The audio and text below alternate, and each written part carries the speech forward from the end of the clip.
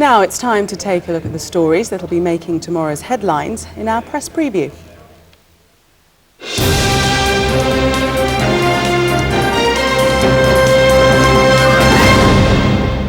With us tonight, the Daily Mirror's political editor, Una Blackman, Andrew Pearce from The Times, David Blunkett's biographer, Stephen Pollard, and in our Westminster studio is our political correspondent, John Craig. First, let's take a look at the front pages on David Blunkett's demise. We're going to kick off with The Sun. Blunkett has to quit for second time in a year. My error and I will not be back. And The Telegraph.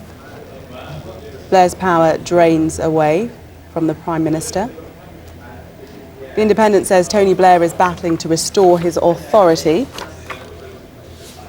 The Guardian calls it a day of calamity as the Prime Minister loses David Blunkett and narrowly avoids defeat in the Commons. The Mail says Tony Blair is now fighting for his political survival. And The Times also reports on the decline of Mr. Blair's authority over his cabinet. Let's kick off with the guests in the studio. Una, you can begin as political editor of The Mirror. Was it just a matter of time? I think it was, and I think it became apparent when yesterday, in fact, Tony Blair was not getting the full picture, even when he sat down with David Blunkett, and Tony Blair got his cabinet secretary to do a very thorough microscopic look at all of David Blunkett's business dealings, and that's when I think the pace really quickened, and then we saw the events unfold from early on this morning, really. You're suggesting, obviously, that he let down the Prime Minister. He wasn't giving because he wasn't. He didn't give. This is why we've had this drip situation all week, because he did not give the Prime Minister the full picture, and I think the Prime Minister was pretty enraged. Actually, he's hidden it, of course, but the fact is, even today, a couple of hours after the resignation, we're discovering that there were several speaking engagements worth sort of about £20,000 worth of speaking engagements that David Blunkett hadn't declared, and another lapse, another mistake. Well, given that, Andrew, do you think the Prime Minister is counting the cost of his loyalty tonight? It's a political disaster for the Prime Minister. David Blunkett's political career is finished. He's over. There's no comeback for him. He's like Peter Manton. Peter Manton got a nice fat cat job in the EU where he'll be very happy. There's going to be no such payback for David Blunkett. This is a complete disaster. But for the Prime Minister, there are questions now about why did he bring back David Blunkett so soon? Why didn't he check whether his financial affairs were in order? And why, oh why didn't he get a grip of this situation? Because this has been unravelling for days, and yet here we had again the Prime Minister saying he had the guy's full respect and authority, and then inexplicably he tells the House of Commons today David Blunkett leaves office with his integrity and honour intact. Well, hang on then, why did he resign? He resigned because he broke the ministerial code at least 3 times. He didn't tell the Commons about speaking engagements when he should have done months ago, and also, in my view and most people's view, he should never have bought those shares in the middle of a general election campaign 2 weeks before for £15,000, knowing if that company was floated on the stock exchange, doubtless with the benefit of some government contracts, it would be worth £300,000. If a Tory minister type had done that in the last Parliament and the Parliament before, Labour would have said sleaze. No sympathy from you. Let's talk to somebody who knows Mr. Blunkett better than most people in Britain, his biographer, Stephen Pollard. Stephen, did you see this coming?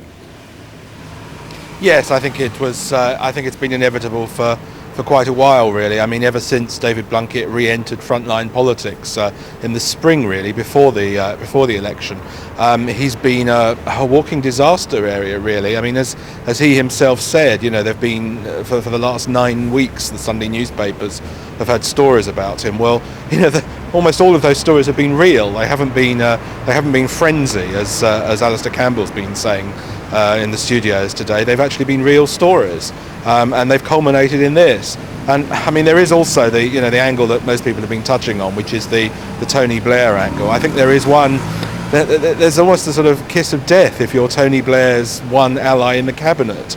If you think back, Stephen Byers, Alan Milburn, Peter Mandelson, now David Blunkett, all at one stage have been his closest ally in the cabinet, and all have had to leave, either through political reasons or through, as David Blunkett and Peter Mandelson and Stephen Byers, through scandal. Well, Michael Howard tonight called in to question the Prime Minister's judgment. He actually described him as a PM in office but not in power. Do you think that's a relevant description? I think we have now clearly reached the stage where we knew Blair was going anyway, but it really is a matter of when, not if now. The idea that he will be in office until 2008, 2009 is faintly ludicrous. He can't even get his own key legislation on, he can barely get his own key legislation on terrorism through. I mean, let's think, about the Blunkett resignation. He did actually have a real job. We sort of forget that. He was in charge of supposedly the biggest reform of welfare since Beveridge. At least that's what was intended. The idea that Blunkett could have stood up before the Commons and put through such legislation was preposterous. I'm afraid John Hutton is going to have terrible problems getting through that agenda. The idea that we're now going to see any reform of any worth from this government while Tony Blair is still in power. In fact, I think the same will apply with Gordon Brown, who will probably just be the Labour version of John Major and just sit out the rest of his term. It's over really already. Stephen, just because we've got you on, because of course you wrote Mr. Blunkett's biography, you need your friends in every walk of life, and in your book, Mr. Blunkett put the boot into half the cabinet. Yes. Had he lost his friends? Yes. Well, I think when he first resigned in December, I think what he said to me clearly made a bad situation worse. And yes, to that extent, he'd lost his friends. But I think it would be wrong to look at the book this time round as having any real involvement. He was the author of his own misfortunes this time round. I think the only interesting thing from this departure of my book is really the mere fact that he said what he said to me when he did about his cabinet colleagues was itself a sign that even then his political judgment was not what it was. The interviews with me, as I sort of keep pointing out to people, were not sort of sly interviews off the record. They were on the record, tape-recorded interviews that he well knew would be published in the book. And that in itself, as I say, I think was the first big misjudgment, that he was as frank with me as he was. Stephen, just briefly before you go, when he quit last time, he looked like a broken man. He was in tears in his interview with Adam Bolton. Yes. He seemed quite robust tonight. I mean, he kept going on, I've just made a mistake. That's quite defiant. How do you think he will be feeling? Oh, I think he'll be feeling angry, very angry. I actually think the tone he adopted today was completely wrong. I think there should have been some humility. I mean, he didn't resign because he'd done nothing wrong. He resigned because he'd done something wrong. And I think a little bit of humility wouldn't have come amiss. But he will be feeling very angry, and he'll be feeling very hard done by. As I say, I think that's wrong, but that will certainly be what he'll be feeling. And of course, it's a great tragedy because, a political titan has now gone, but unfortunately he's gone as a result of his own actions. Stephen, thanks for your time. Back to Andrew and Una now. Now, there has been some speculation as to whether he was actually sacked or whether he did resign. He woke up this morning pretty much knowing he had to go. He'd been told by the Chief Whip that support had collapsed for him. It was a calamitous situation at Westminster. There was great anger amongst Labour MPs that this man was causing so much damage. He saw the Prime Minister about 9:30, 20-minute meeting. He told the Prime Minister he was minded to go, but the Prime Minister said the mistakes he'd made, the errors of judgment, were not sufficient for him to be sacked. He should think about it, go back to the House of Commons, go and sit before the Select Committee and think it through. I think the expression was, Blair said something like, finally decide if you really want to go. By the time he'd driven 1 minute to the House of Commons, it was over, and he knew. So he did fall on his sword, but actually the Prime Minister did nothing to persuade him to stay, because the Prime Minister knew this was a broken man, he was finished, and that it was his damage that he'd sustained himself. He could not afford to sustain any more. What do you think ultimately changed his mind? Because up until last night, he was insisting that he'd done nothing wrong. So what happened between last night and this morning? I mean, to be honest, some of that still remains a mystery, because there was no sort of killer fact overnight that we know at the moment. We do know that the very senior civil servants were trawling over everything last night and very early this morning. I feel from what David Blunkett was saying, it was a very robust statement that he gave. I think he was, yes, he fell on his sword, but I think he was almost pushed on his sword. I mean, it was huge pressure. And I think Tony Blair is a lot more angry with him than is being let on, actually.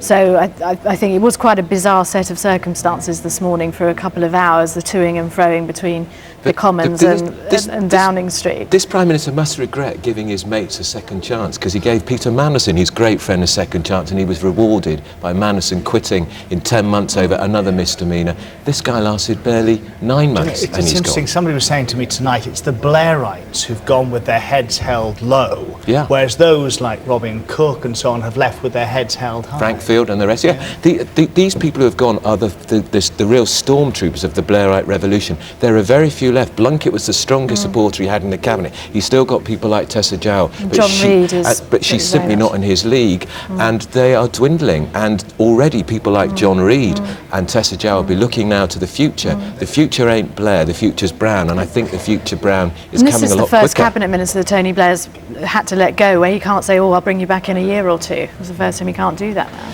So.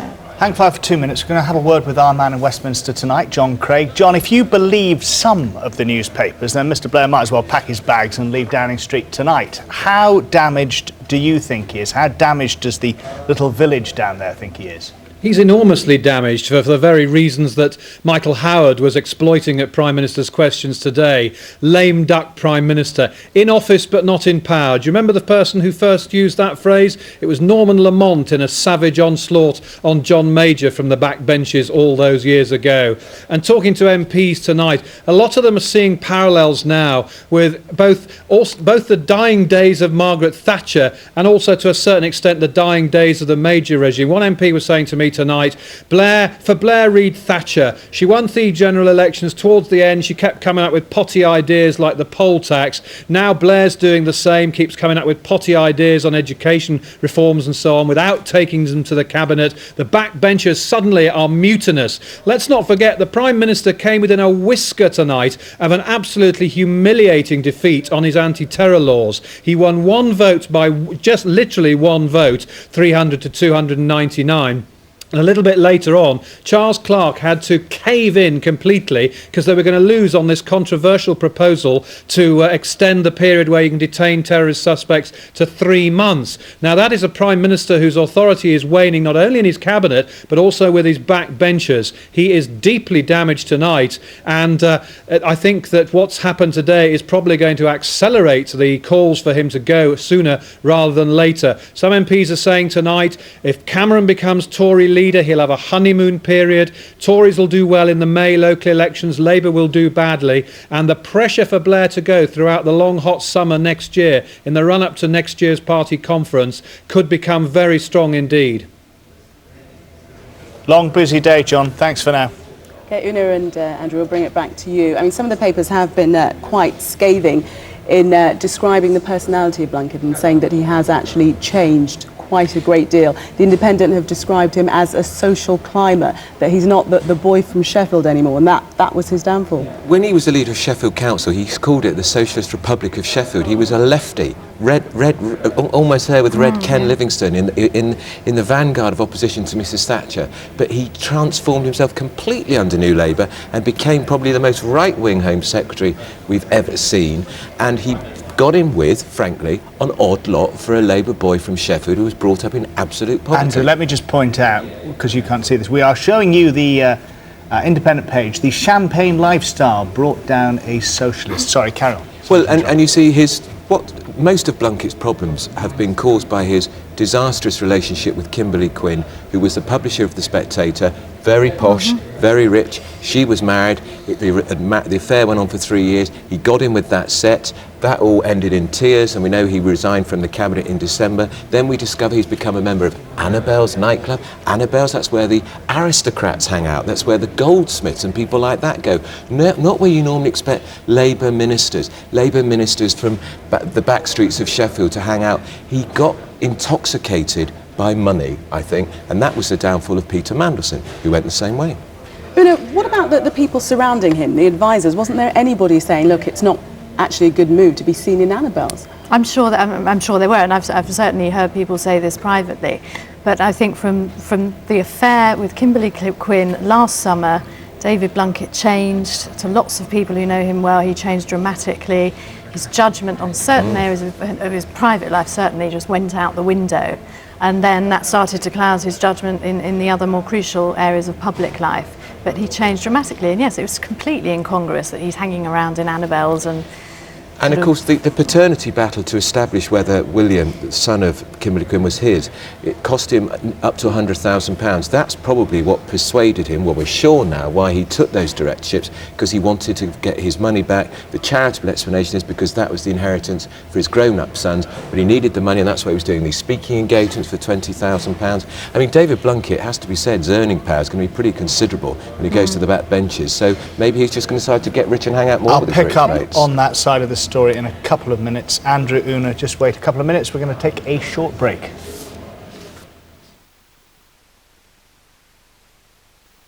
There's a new day at Sky News. I'll be live at 5 in the Sky News studio. We're telling you the stories that matter most. My Sky Reports team will deliver a gender-setting analysis at 7 o'clock. It's going to be fresh, fiery appointment to View Television. I'll be offering an international perspective with World News Tonight at 8. I hope to bring behind-the-scenes analysis from my days as a Clinton official. All this and the latest breaking stories. Sky News. News people.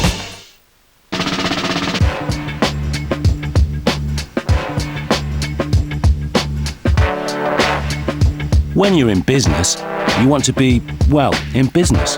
Not having to worry about handsets, bills, all that other stuff. With Vodafone, you get a direct line to your very own team of experts who'll help smooth the way. Make the most of now with Vodafone. Because we go through up to 30 pairs of glasses in a lifetime, buy one pair at Boots Opticians and get a second free. She's saving her 20%.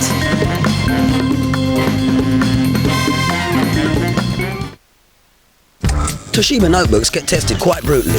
Knock it off your desk and the data will be all right, usually. Hello, Tosh, got a Toshiba? Even if you spill something on it inadvertently, it's all right for a couple of minutes, certainly. Hello. Intel Centrino mobile technology, you know? Hello, Tosh, got a Toshiba? Get a free digital voice recording MP3 player when you buy any Toshiba Portagee S100 with EasyGuard from dabs.com.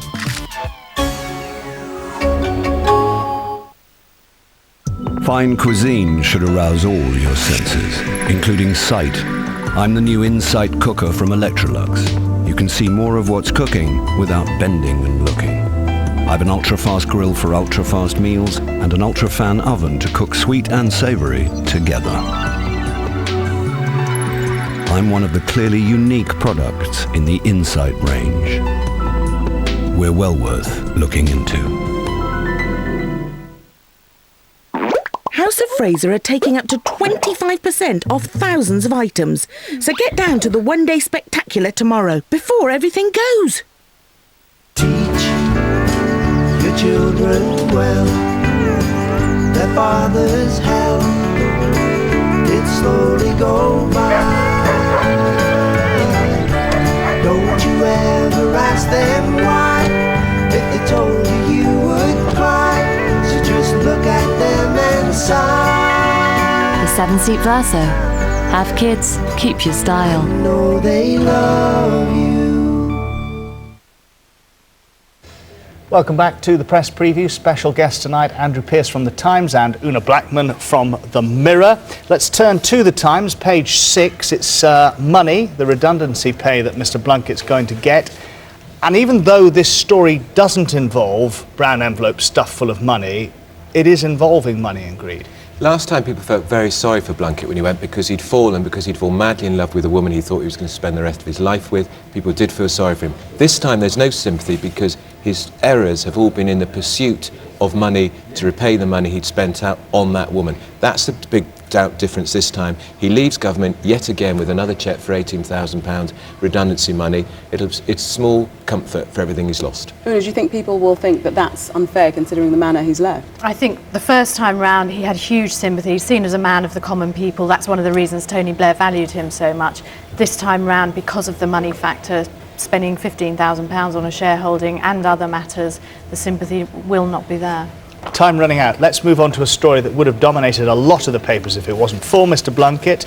The terror bill. The government had major problems today. Front page of this, not front page, beg your pardon, the Sun, but in the Sun, Blair climbed down over terror law. It's page 2. And, yeah, more bad news for the Prime Minister. Well, he's only got a majority of 68 now, but he would have expected on such a keen part of his legislation, the war against terror, that he could have got it through by one vote. And we're already discovering that some Tory and Liberal MPs missed the vote, in which case he would have been defeated. That would have been humiliating. That's the narrowest margin of victory since he became Prime Minister on what he would probably say is one of the most important bills he's put before the Commons. He's had to withdraw the rest of it because he'd be defeated. Another sign that Tony Blair's authority is ebbing away. Cross-party talks now on terror bill, particularly the yes, 90-day. This was a huge blow today, straight after David Blunkett. They've got a week now, basically, to get some kind of consensus. It looks like the Lib Dems are digging in. We don't even want to go down to 28 days, so it's going to be very difficult. And of course, they wanted to bang up terrorist suspects for 90 days. Now they're not even going to get 28 days. Humiliating for Charles Clarke, the Home Secretary, of course, succeeded David Blunkett.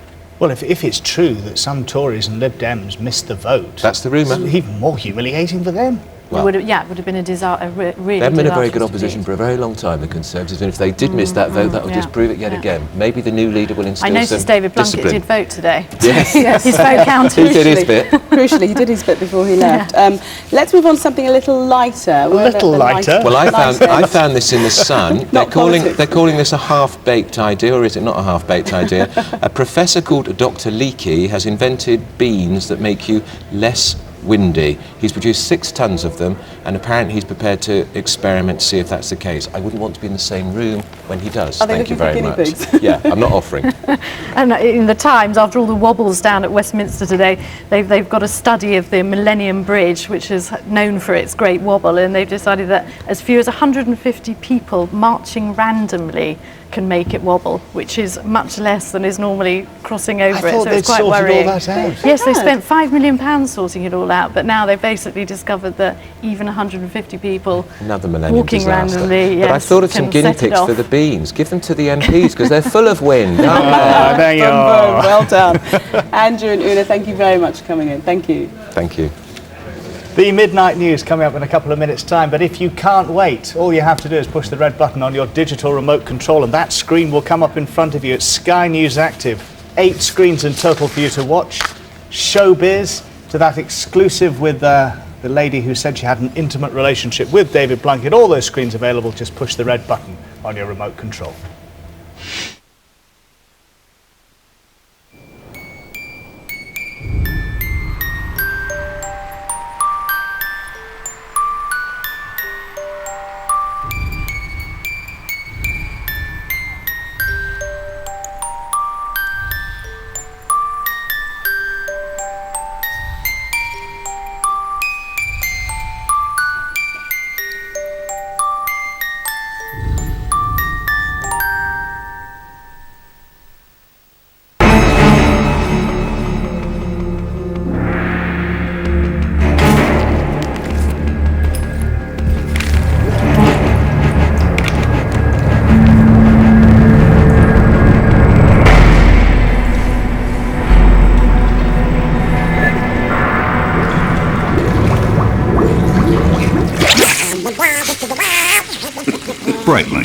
Instruments for professionals. Yeah, okay, whatever. So, do you mind? Certainly, sir. Oh.